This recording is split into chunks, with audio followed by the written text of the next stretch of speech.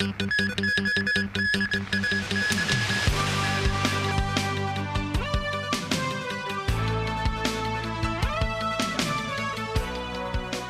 to TVB News. 7 people were killed in another mass shooting in California, the second in 3 days in the U.S. West Coast state. The victims, all agricultural workers, were shot dead in the coastal town of Half Moon Bay, 30 miles south of San Francisco. The 67-year-old gunman was arrested a short time later after he was found sitting in his vehicle. Matthew Bray reports. 7 people were gunned down in 2 related shootings at agricultural facilities on the outskirts of the Californian coastal town of about 12,000 people. 4 people were found dead and a 5th was injured at one location, and 3 others were found dead at another farm several miles away. One of the places where the killings took place is thought to be a mushroom farm.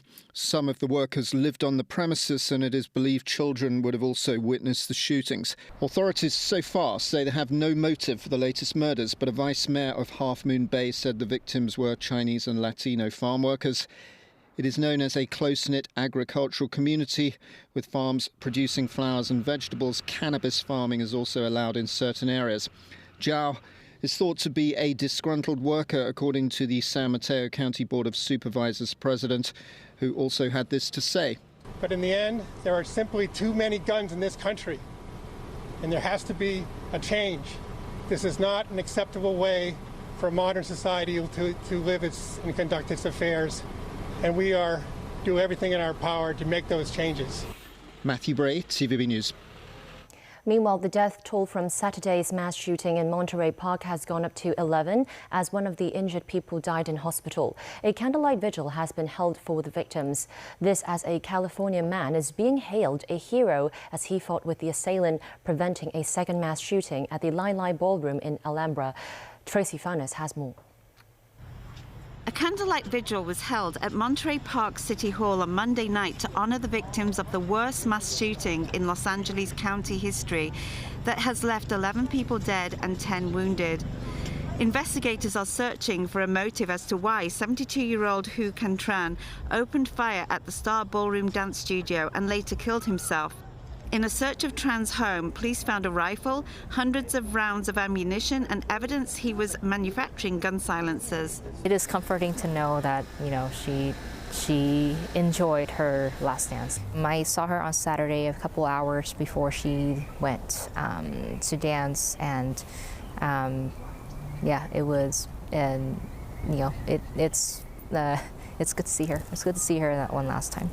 She was already done dancing and about to leave, and she got into her car and unfortunately, didn't go far. Tracy Furness, TVB News. The Pentagon is reportedly making plans for the newly elected U.S. House Speaker Kevin McCarthy to visit Taiwan sometime in the spring. Reports of the impending trip come after McCarthy supported his predecessor Nancy Pelosi's trip to Taipei last year, despite Beijing ramping up military drills. McCarthy's visit is likely to further inflame already tense relations between Beijing and Washington at a time when both Republicans and Democrats are pressing Biden to be tougher on China. Earlier this month, the U.S. House of Representatives voted to create a China Select Committee focused on the threat to America's economy posed by China. Much of Pakistan was left without power on Monday after an energy-saving measure by the government backfired.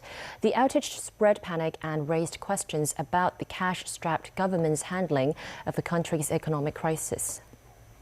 It started with the government's routine shutdown of power during low-usage hours overnight to conserve electricity. But once daylight arrived, technicians were unable to reboot the system. By Monday evening, it had yet to be fixed, and many parts of the country of 220 million was plunged into darkness. Many people were without drinking water as pumps failed, while schools, hospitals, factories and shops lacked electricity amid harsh winter weather. Energy Minister Khurram Dastgir said power had been restored by today and blamed the outage on a lack of investment in the network. Ukrainian President Volodymyr Zelensky is trying to restore his government's reputation after reports of corruption inside his administration. One senior official was sacked and another resigned over the past 2 days, with Zelensky saying more changes are afoot. The sacked deputy minister was accused of embezzling funds donated by allies meant for rebuilding the country. Meanwhile, Germany says it does not rule out supplying Leopard 2 tanks to Ukraine. Nazvi Karim reports. During the 11 months since Russia invaded Ukraine, Ukrainian President Volodymyr Zelensky knew he needed to portray his government as squeaky clean. That image has been tarnished over the past week. And the leader, who was last year's Time magazine Person of the Year, is moving quickly to reassure allies who have donated billions of dollars that his government is not returning to pre-war days when Kyiv regimes were seen as shaky. On Sunday, he sacked the Deputy Infrastructure Minister Vasyl Lozinski, suspected of receiving a $400,000 kickback from the import of generators, with Lozinski denying the allegations. On Monday, Zelensky said there will be more changes, with the deputy head of Ukraine's presidential office, Kyrylo Tymoshenko, resigning on the same day. Zelensky also stopped officials from taking unnecessary overseas trips, saying it seems that some people have completely forgotten about the war and are starting to ignore reality. Today we reached a political agreement. This, as the European Union Foreign Policy Chief Josep Borrell said the body has pledged another 500 million euros to add to the almost 50 billion in aid already given. Ukraine is also desperately in need of main battle tanks, especially the German-made Leopard 2s, the supply of which is causing friction among European countries. Nazvi Karim, TVB News. The Turkish president has said Sweden should not expect Ankara's support in joining NATO after a protest near the Turkish embassy in Stockholm saw the Quran burned. Recep Tayyip Erdogan, speaking after a cabinet meeting, said he wouldn't support Sweden joining the military alliance. The burning of the Quran was carried out by Rasmus Paludan, leader of the Danish right-wing party Hardline, who also has Swedish citizenship. Several Arab countries, including Saudi Arabia, Jordan, Iraq and Kuwait, denounced the event. Protests occurred in several Arab states and has triggered a backlash against Sweden. Washington said that Finland and Sweden are ready to join NATO but declined to comment on whether Erdogan's intervention meant a shutting of the door to them.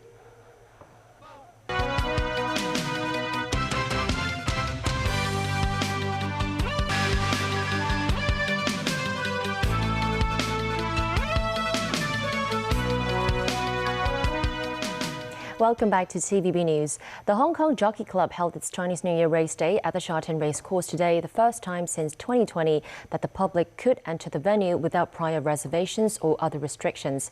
The total amount spent on betting today reached $2.1 billion, a post-1997 record high figure for the Chinese New Year race day. Timothy Lee reports.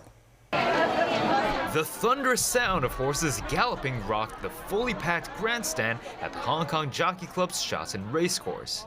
To better facilitate the large number of visitors, the Jockey Club opened its doors 5 minutes earlier to welcome Hong Kong's horse racing enthusiasts. Marking the special occasion, much of the racecourse was adorned with Chinese New Year decorations, raising the festive spirit. Besides locals, the Chinese New Year race day attracted many tourists. And I like the little shows at the beginning. I love the atmosphere and like all the decorations. In the US, we have some, like the Kentucky Derby is a big one, but that's the only one I've seen. But I've heard a lot more about horse racing for Hong Kong. It's my first time and it's quite interesting to see something like this. I mean, I never saw Chinese New Year, so this is a good way to experience it. So I did actually on the first race, I bet on the horse number 3 and won. Prior to the first race, visitors were treated to a traditional lion dance performance, with Financial Secretary Paul Chan taking part in the eye-dotting blessing ceremony. A total of 11 races were held today at the Sha Tin Racecourse. For the past 2 years, the Chinese New Year race day only permitted the entry of people who had made prior reservations for the club's restaurants. But with the loosening of COVID restrictions, Hong Kongers are returning to the racecourse in droves. Visitors are also allowed to remove their masks before dining in the grandstand. Today at Shotton, the Hong Kong Jockey Club has reported the highest number of visitors to its racecourse over the last 3 years. Visitors wishing for some luck can try to get close to several of these golden fortune trees that the club has placed across the venue. Timothy Lee, TVB News. The Automobile Association said Hong Kongers lack the experience to drive on snow, adding those who do so overseas have to be alert when driving. This after Japanese media reported 2 Hong Kong residents were injured after driving on their own in Japan on a frozen road. The male driver was unconscious at one point and the female passenger was in pain before they were rushed to the hospital. The Immigration Department said it had so far not received notice of any Hong Kongers seeking help. The city's Automobile Association said many Hong Kongers may not have enough experience in handling situations such as frozen roads. Its chairman said one needs to drive slow and keep a much bigger distance from other vehicles. Those who are driving in snow are also reminded to switch to a low gear and only step on the brakes on and off. For 2023, Thailand is setting sights on rebooting tourism with a series of travel promotions giving to Hong Kongers and a huge comeback of flights with mainland China. Jacqueline spoke with 2 directors of Thailand's tourism authority who oversee Hong Kong and East Asian tourism affairs. Travel is back in full swing for many Hong Kongers this Lunar New Year holiday, and Thailand is among the hottest destinations for tourists this winter. In an exclusive interview with TVB, Naparav Woodhiva, director of the Tourism Authority of Thailand in Hong Kong, said the kingdom is expecting a significant upswing in Hong Kong tourist numbers. I can use the word that the resumption, the great resumption for Hong Kong travelers, because of the Hong Kong government relaxed the restriction and it's a peak season for traveling in Thailand because of it's the winter time also, and we have no compulsory about the mask on. Even though you have or you don't have vaccination, you can enjoy Thailand now. There are some 162,000 Hong Kong tourists who visited Thailand in 2022. For 2023, the Tourism Authority of Thailand targets some 70% of the pre-pandemic tourist number, which was at 1 million in 2019. To put things into perspective, in just the first half of this month, more than 22,000 Hong Kongers traveled to Thailand. That's on par with the numbers for the whole month of October in 2022, when Hong Kong scrapped hotel quarantine mandates. Not settling on that, Thailand's Tourism Authority is collaborating with travel companies in Hong Kong to roll out deals and non-traditional travel packages, such as coral restoration experience known as responsible tourism. We're focusing on the hipster. In Cantonese, you call man cheng, right? Like indigo dye or hiking or coffee plantation. One of the travel service booking platforms collaborating with Thailand's government to offer such products is Klook.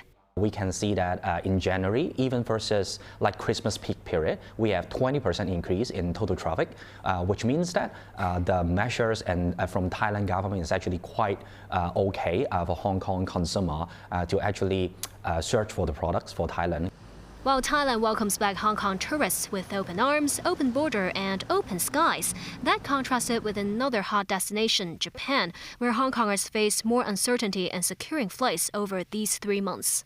Because Japan measures may be ups and downs and keep changing, so there is no huge spike for the increase of traffic, but Japan basically still stay stagnant from a consumer's traffic perspective.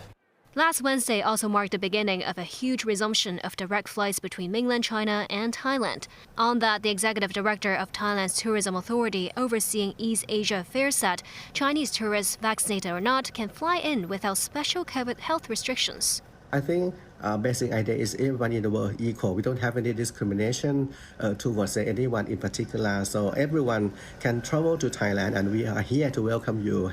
He reviewed Thailand is planning to also ratchet up more flights with second-tier cities on the mainland later this quarter. Jackie Lin, TVB News. Amber carries good wishes in both European and Chinese cultures. The City University of Hong Kong has put on display a precious collection of Baltic amber with millions of years of history. Some of the exhibits are making their debut in Hong Kong and Asia. Sakura Ip was at the exhibition.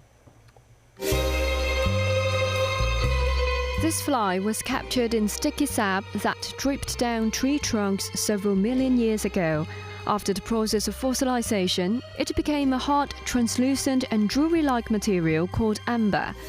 It is usually orange in color but can also be in black, red and white. The most famous type came from the Baltic region. In ancient Europe, amber was a kind of family jewelry passed down from generation to generation. It was also collected, controlled and monopolized by politicians, the upper class and religious groups, as amber was valued as a raw material for pieces of art, luxury goods and religious items. Baltic amber specifically is made by a type of conifer that no longer exists and that existed millions of years ago. You don't find the same type of popularity for these that was traded, that was recognized. Amber, like any precious material, was seen as a source of economic security and finance. After 4 years of planning, the City University of Hong Kong has brought together 240 amber artworks from museums and collectors, local and overseas, including this Spanish-style crucifixion, which was sophisticated crafted with amber in a variety of colors during the late 17th century, and this 18th century reliquary with amber veneer embossed on it. Being taken to China via the Silk Road, this pair of 19th century archaic-style short vases demonstrated high-end craftsmanship. Between the two world wars, Europeans renewed their interest in amber. After World War II, the Soviet Union seized control of the Baltic states and mass-produced amber decorative items, like beer mugs, to cater to the tourism industry. But such a move diminished the aura of amber. How can we tell whether the amber is real or not? Inside this showcase, if it reflects the UV light, then we know it's real. If not, then we know it's a counterfeit. Even though an Italian collection is not able to come to Hong Kong due to air transportation challenges on the pandemic, the curator said Hong Kong still makes the best place for the exhibition.